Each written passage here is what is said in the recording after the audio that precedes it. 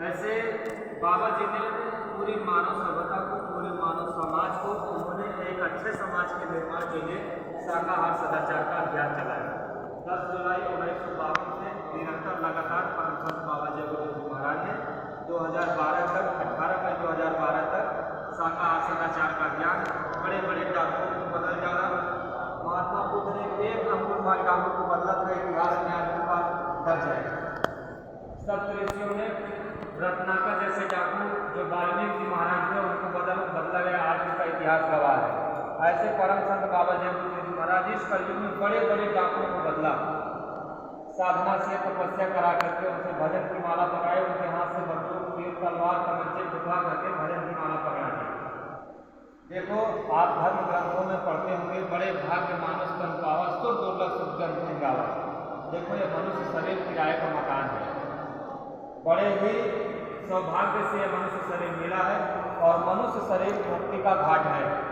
मनुष्य शरीर सबसे पहले जीवात्मा को जगाने के लिए मिला है। जैसे आप सुबह जाते हैं तो सबसे पहले क्रिया जो करते हैं वो कंपल्सरी निश्चित है कि वो करना है।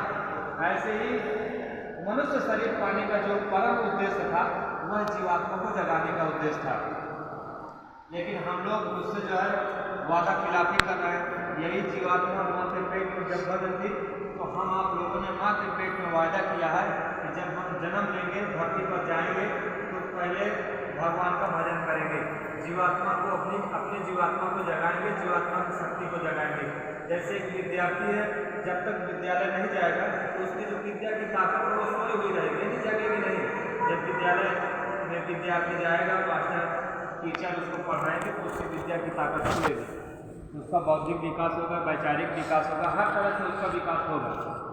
अगर विद्यार्थी विद्या ही पढ़ने न जाए, स्कूल ही न जाए तो कैसे उसको विद्या नहीं आ सकती है।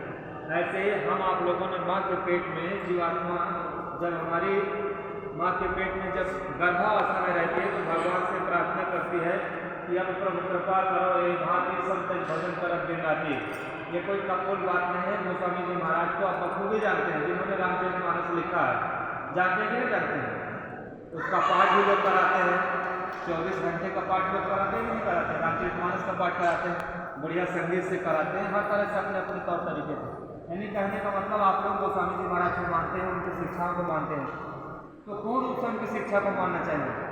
ये कोई कपोल बात नहीं है। वो अपने ज्ञान चक्षु से दिव्य नेत्र से जब इस बात को देखे तब उन्होंने रामचरितमानस में लिखा है। माँ के पेट में जब जीव बंद रहता है गर्भावस्था में, इसको बहुत कष्ट पीड़ा होता है। कैसे होता है?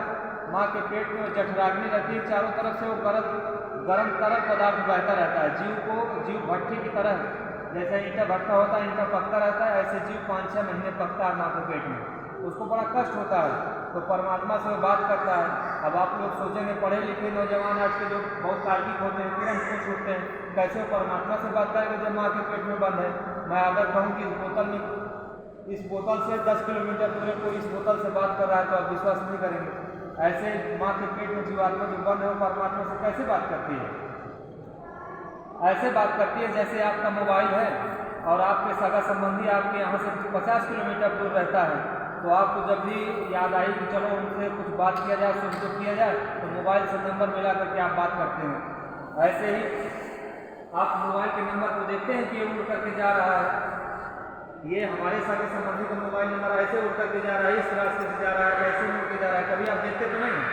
ऐसे ही जीवात्मा को जब कष्ट होता है तो सूरत शब्द योग साधना के तार होता है, तार, उसी से उसका लिंक जो है नेटवर्क उसका परमात्मा से जुड़ा रहता है। तो इसी बात को गोस्वामी जी महाराज अपने शब्दों में लिखते हैं, अब तक कृपा करो कहीं भांति सब तज भजन करब दिन राति। हमको जब कष्ट हुआ, हम परमात्मा से जब प्रार्थना किए कि हमको कष्ट हो रहा है निकालिए, तो परमात्मा कह रहा है कि मैं निकाल तो दूंगा, लेकिन करोगे क्या? तो कहते हैं कि जो आप कहेंगे वही करेंगे। तो परमात्मा कहता है कि आपको मनुष्य देने का सिर्फ एक ही लक्ष्य है। कोई पेड़ भजन नहीं कर सकता, कोई पशु भजन नहीं कर सकता, न कोई पक्षी भजन कर सकता है, न कोई कीट पतंग भजन कर सकता है।